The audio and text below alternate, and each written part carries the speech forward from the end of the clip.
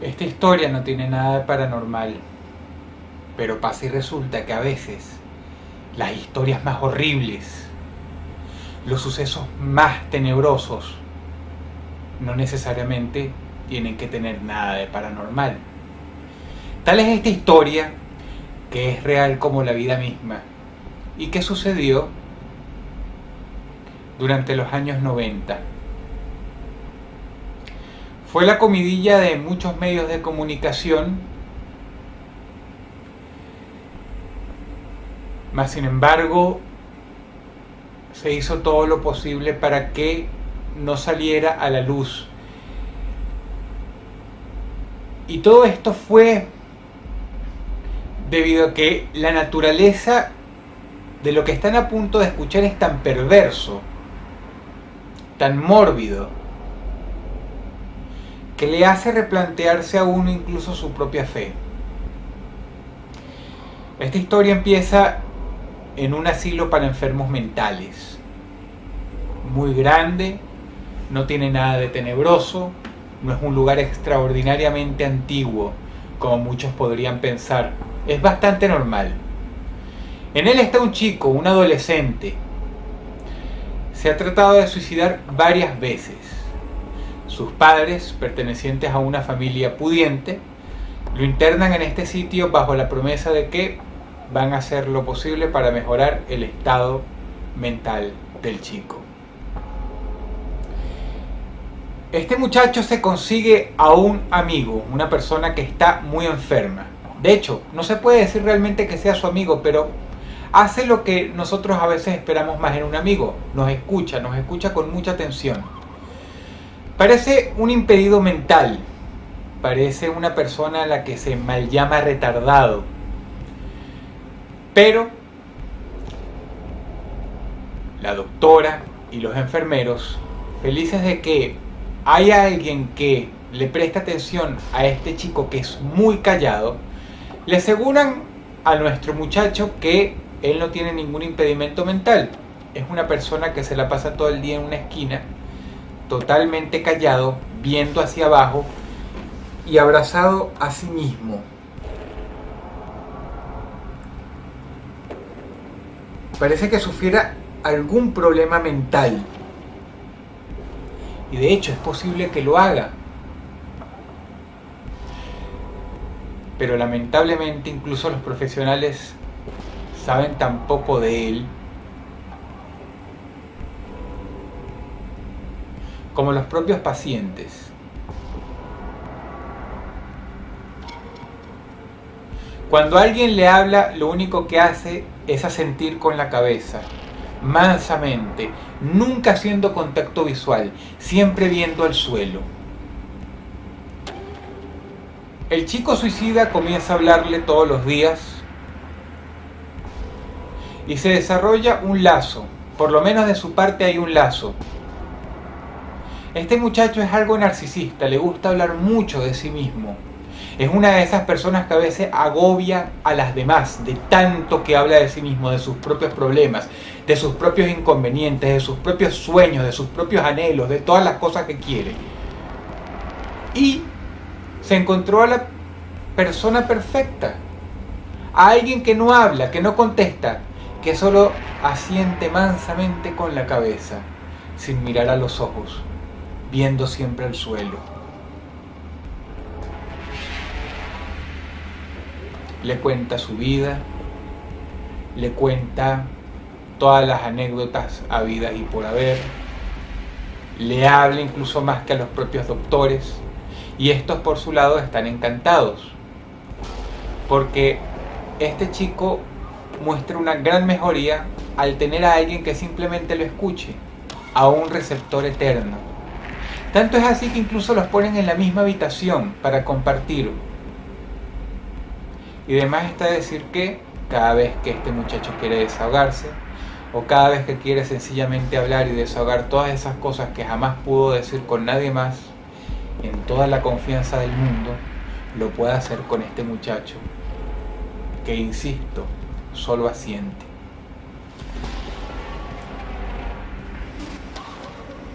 El chico no trató de suicidarse en más de 6 meses. De hecho, había una mejoría muy notable en él.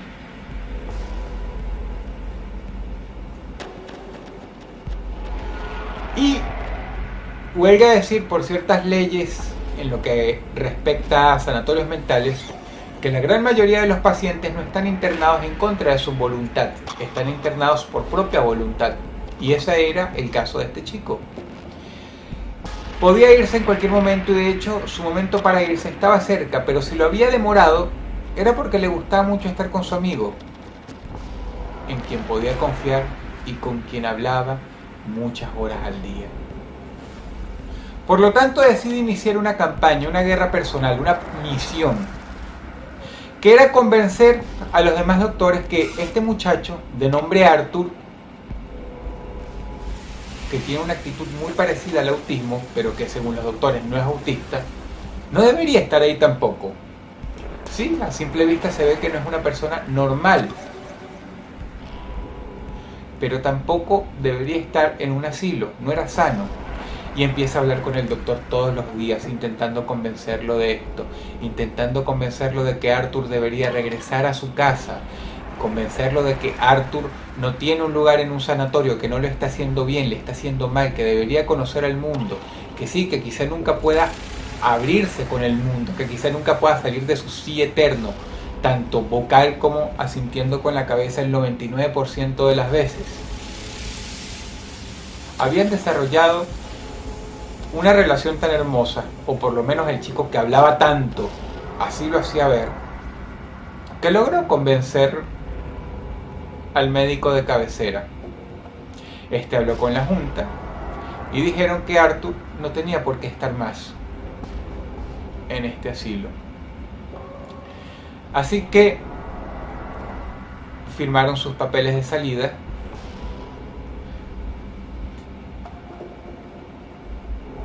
y le dieron un plazo de 1 semana más para estar en el asilo, pero que entonces tendrían que ir a buscarlo forzosamente sus representantes.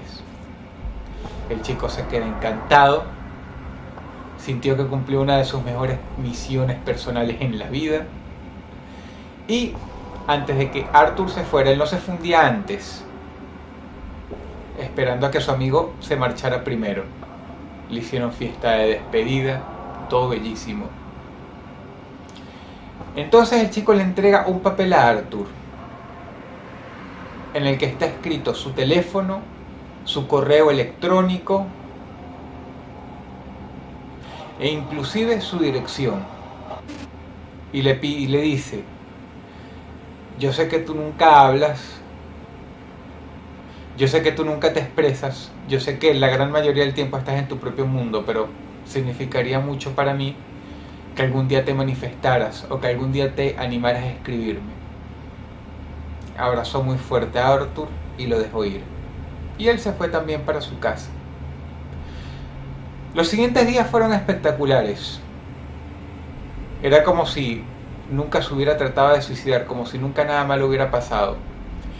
Va de fiesta una noche y llega a eso de las 4 o 5 de la mañana. Había bebido algunas copas, pero se podía mantener muy bien. No estaba completamente borracho. Abre la puerta de su casa, está todo en silencio, pero ve algo extraño en el comedor de la casa. Su madre, su padre y su hermana menor han sido asesinados.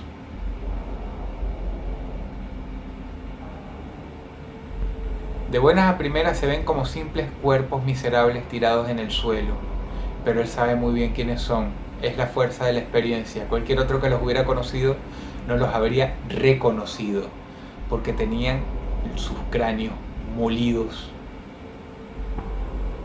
con algún objeto contundente, una y otra y otra y otra vez, al punto en que había sangre por todo el suelo, al punto en que se veían sus cabezas desfiguradas a simple vista. Al chico le da un ataque de pánico, pero junto antes ve una figura conocida ahí en la oscuridad. Ustedes saben muy bien quién era. Era Arthur, por supuesto. Y lo único que hace, también amoratado por el combate que tuvo que librar y lleno de sangre que no era precisamente suya, se acercó lentamente a este chico, extendió su brazo y le dio en la mano el mismo papel que él le había tendido, con su número de teléfono, su dirección y su correo electrónico, pero con un mensaje adicional en el reverso de la hoja, escrito en un tipo de letra con una caligrafía muy básica.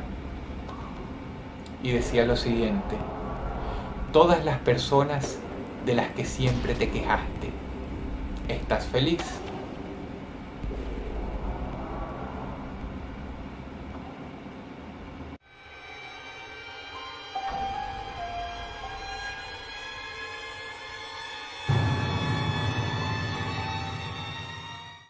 Esta historia se remonta al año 1997. El internet no estaba tan desarrollado como hoy, pero ya mucha gente lo tenía en casa, tenía el privilegio de contar con la red.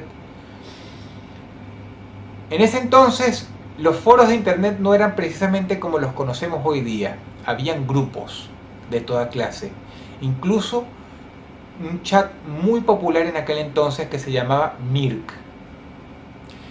En el Mirk se creaban grupos, y la persona que relata esta historia dijo que había abierto uno para sus amigos.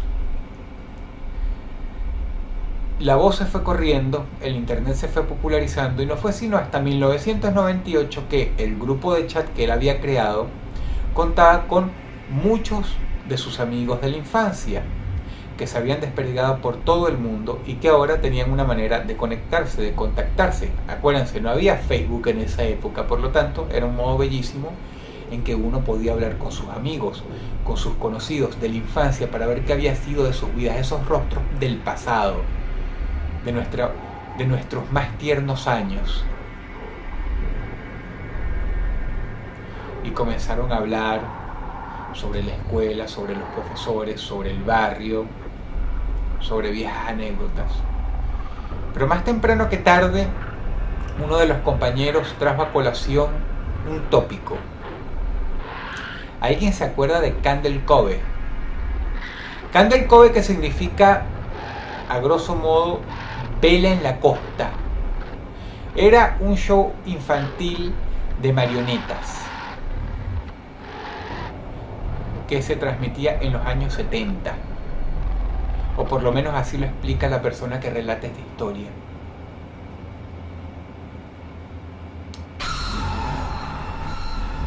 No tardó en recibir réplicas de personas impresionadas al darse cuenta de que todos lo habían olvidado. Habían olvidado el viejo show de Candle Cove. Habían olvidado ese programa tan extraño que se transmitió solamente en 8 episodios. ¡Wow! Lo felicitaron por su excelente memoria. ¿Verdad? ¡Wow! ¿Verdad? ¿Verdad? Candlecom, ya me acuerdo. ¿Ustedes nunca han sentido eso con viejos recuerdos? Bueno, ellos lo estaban sintiendo. Y comenzaron a hablar. Y ese simple tópico de recuerdos se hacía cada vez más largo, porque rememoraban detalles del show. Primero, que era muy viejo, ya establecimos. Uno dijo que era del año 72, pero después una chica lo corrigió, no, era del año 71. La tecnología era muy básica y los muñecos tenían formas muy mórbidas, muy aterrorizantes. Los hechos se desarrollaban en un barco que era del protagonista, que se llamaba The Laughingstock, o sea, el hazmerreír. Los personajes eran muy pintorescos, pero cada uno era más horrible que el otro. Y los efectos especiales, por supuesto, pésimos. Se veían las cuerdas de los muñecos. Recuerdan que el barco El Hazmerreír tenía vida propia y tenía unos ojos negros. Y tenía un rostro que era nada menos que horrible, aterrorizante. Y que de vez en cuando abría la boca y decía: métanse dentro de mí, tienen que ir adentro, tienen que llegar profundo, tienen que llegar profundo.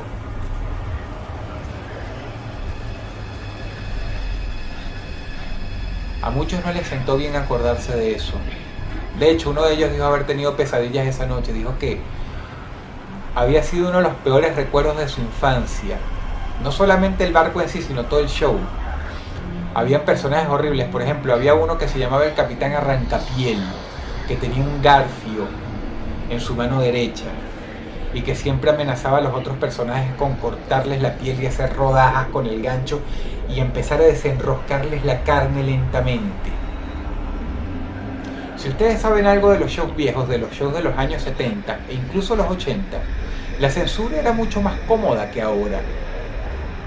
No era más estricta, era mucho más suelta. Fue en los 90 que se puso muy estricta para proteger la mentalidad de los niños. Pero en aquel entonces se podían hacer ese tipo de cosas en la televisión, y era verdad. Pero incluso Candle Cove era demasiado morboso.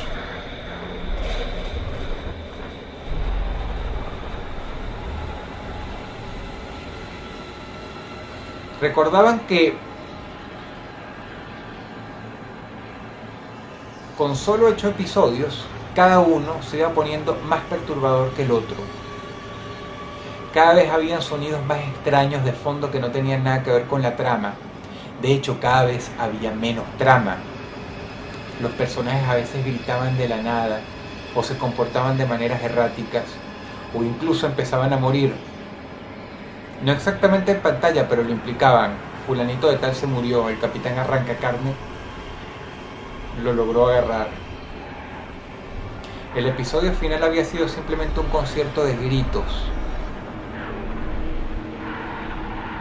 Pero lo perturbador comienza con que cada uno de los amigos de la infancia de este muchacho, que ya era un señor por supuesto, por lo menos en el momento que cuenta esta historia que les estoy narrando, dijo que todos sus compañeros habían visto el mismo show. Por lo menos todos los que estaban en el foro.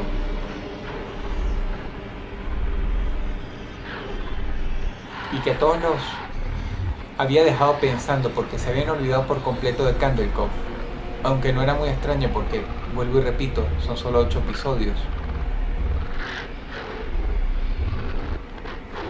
Pero lo que fue su fuente de pesadilla durante muchos años por venir, en la adultez, fue el momento en que fue a visitar a su madre al geriátrico y se le ocurrió hablarle de Candle Cove.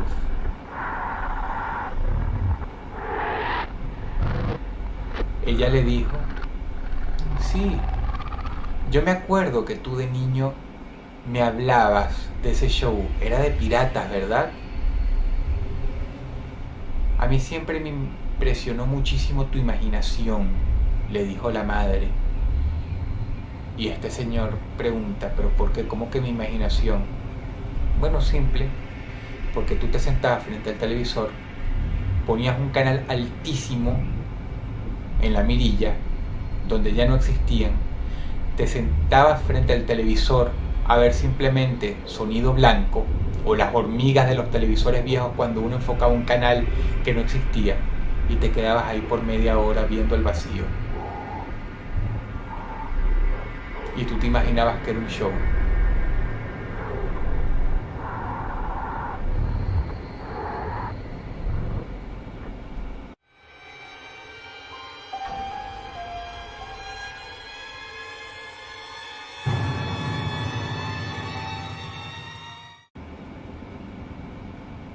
Ustedes quieren jugar un juego peligroso. Les voy a decir uno, pero no quiero problemas.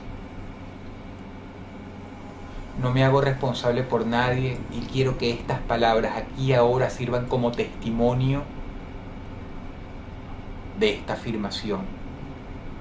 No me hago responsable por absolutamente nadie. Cada quien está bajo su propia cuenta. Se supone que hay muchos juegos prohibidos. La Ouija es uno, pero la Ouija es una porquería. Es muy difícil que pase algo extraño jugándola. El juego de la copa es otro. Es simplemente el hijo bastardo de la Ouija. Pero como dije antes, si ustedes se sienten valientes y si creen que tienen las agallas para jugar con cosas que no deben jugar, yo les puedo recomendar un juego muy bueno. Se llama No mires atrás. Las cosas que necesitas son muy simples, pero muy estrictas. Primero, una caja de fósforos. De esta caja de fósforos solo debes extraer 3. No más, es todo lo que vas a necesitar. Por supuesto necesitas la caja para encender estos fósforos, estos 3 fósforos. Necesitas una hoja de papel y un bolígrafo. Y finalmente, lo más importante, necesitas estar completamente solo en tu casa. No te puede ayudar un amigo, no te puede ayudar ningún familiar. Tienes que ser tú y solamente tú. Y tienes que disponer de un espacio. No puede ser un cuarto nada más, tiene que ser toda la casa. Lo vas a entender más adelante. Tienes que elegir un cuarto, preferiblemente que no tenga ventanas. Si en tu casa no hay ningún cuarto que no tenga ventanas, tienes que asegurarte de cerrarla muy bien y de taparla lo mejor que puedas. Lo que se quiere conseguir es que tengas oscuridad total, pero al punto en que ni siquiera puedas verte tu propia nariz. Una vez que hayas conseguido esto, hay un último requisito, que tienes que hacerlo después de la medianoche. No porque la hora juegue un papel fundamental, sino porque tiene que haber quietud absoluta.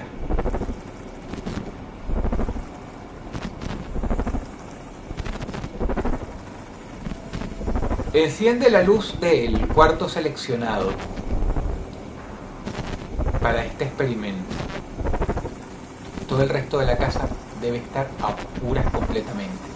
Debes apagar tu celular, debes apagar cualquier radio que tengas encendida, incluso la computadora, cualquier cosa que haga un mínimo zumbido. Todo debe estar completamente desconectado. Una vez que estés en este cuarto, el único iluminado, tienes que quedarte unos 10 minutos de pie en silencio. Esto es simplemente una preparación para que puedas absorber la mayor cantidad de concentración posible, para que tu mente se distienda y se relaje. Aunque te advierto que tu mente no va a estar relajada por mucho más tiempo después de lo que sucede más adelante. Pero por ahora quédate 10 minutos tranquilo, respirando hondo. Una vez que hayas hecho esto, agarra la hoja de papel y el bolígrafo y escribe varias invitaciones por cuantos cuartos haya en tu casa. Si en tu casa hay 3 o 4 cuartos, entonces tú rompes este papel en 3 o 4 partes. Sin contar la habitación en la que estás parado ahora mismo. En estos trozos de papel debes escribir: yo, espacio, tu nombre, los invito a una fiesta cordialmente. Me gustaría mucho que asistieran. Va a ser de tal hora, escribes la hora, a tal hora.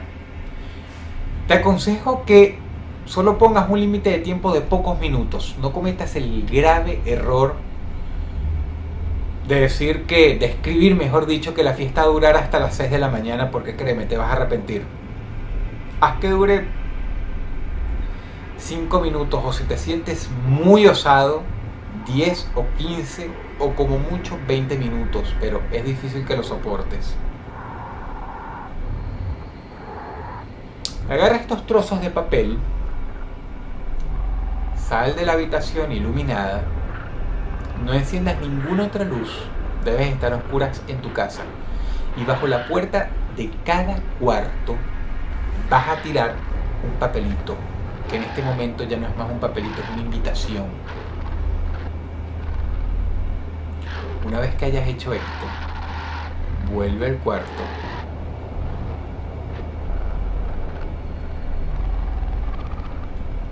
Quédate unos cuantos minutos en silencio.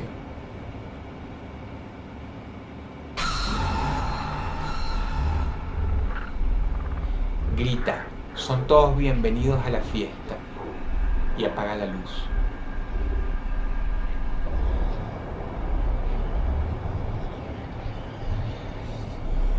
Cuando la luz esté apagada, coge la caja de fósforos, los 3 fósforos, y ponte en una esquina del cuarto, encarando a una pared.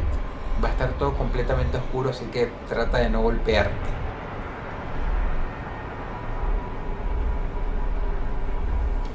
Después de unos 5 minutos, ahí en silencio, en la oscuridad total, vas a encender un fósforo. Si el fósforo no se enciende, después del primer intento, bótalo y coge el siguiente.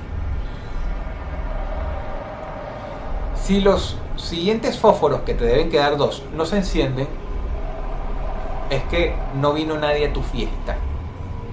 Puedes encender la luz con completa confianza y mala suerte. Pero si alguno de esos 3 fósforos se enciende, es que tienes invitados en la casa. Vas a sostener el fósforo entre tus dedos. Y por lo que más quieras, no mires atrás, porque dudo que puedas aguantar. Si de casualidad llegas a percibir algo en las esquinas del cuarto. Y te digo una cosa, va a ser de muy mala educación que tú termines la fiesta antes del límite de tiempo que tú mismo estableciste. Así que ahora vas a tener que aguantarte. Y vas a tener que sostener ese fósforo entre tus dedos hasta que lo puedas tolerar, hasta que empiece a quemar, en cuyo caso lo vas a soltar. Cuando el fósforo caiga al suelo y se apague y quedes otra vez a oscuras, no sé qué tipo de persona seas, pero te vas a sentir muy mal, porque no hay de otra. Simplemente vas a saber que hay alguien más en ese cuarto contigo. Lo vas a sentir en cada músculo, lo vas a sentir en la carne, y van a estar muy cerca de ti.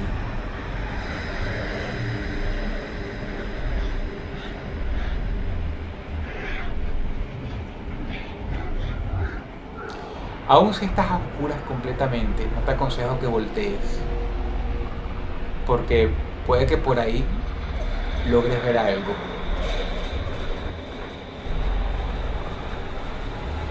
Quédate en silencio frente a la pared el mayor tiempo que puedas, o por lo menos hasta que tú sepas muy bien que el plazo que tú pusiste para la fiesta se haya acabado. Si haces todo bien, si respetas las instrucciones, tus invitados no tienen por qué ser hostiles. De hecho, algunas de las poquísimas personas que han hecho esto reportan que escucharon una voz muy tenue y muy suave tras ellos que les dijeron gracias. Y finalmente ellos mismos lograron sentir que los invitados se marcharon. Cuando esto ocurra,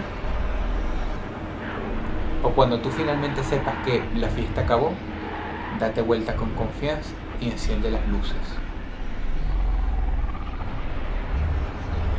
Va a ver. Habrá sido una experiencia aterradora.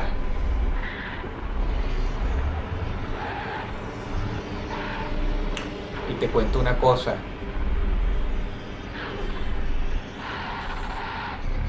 Todas esas personas que no pudieron aguantar y que tuvieron que voltear y encender las luces,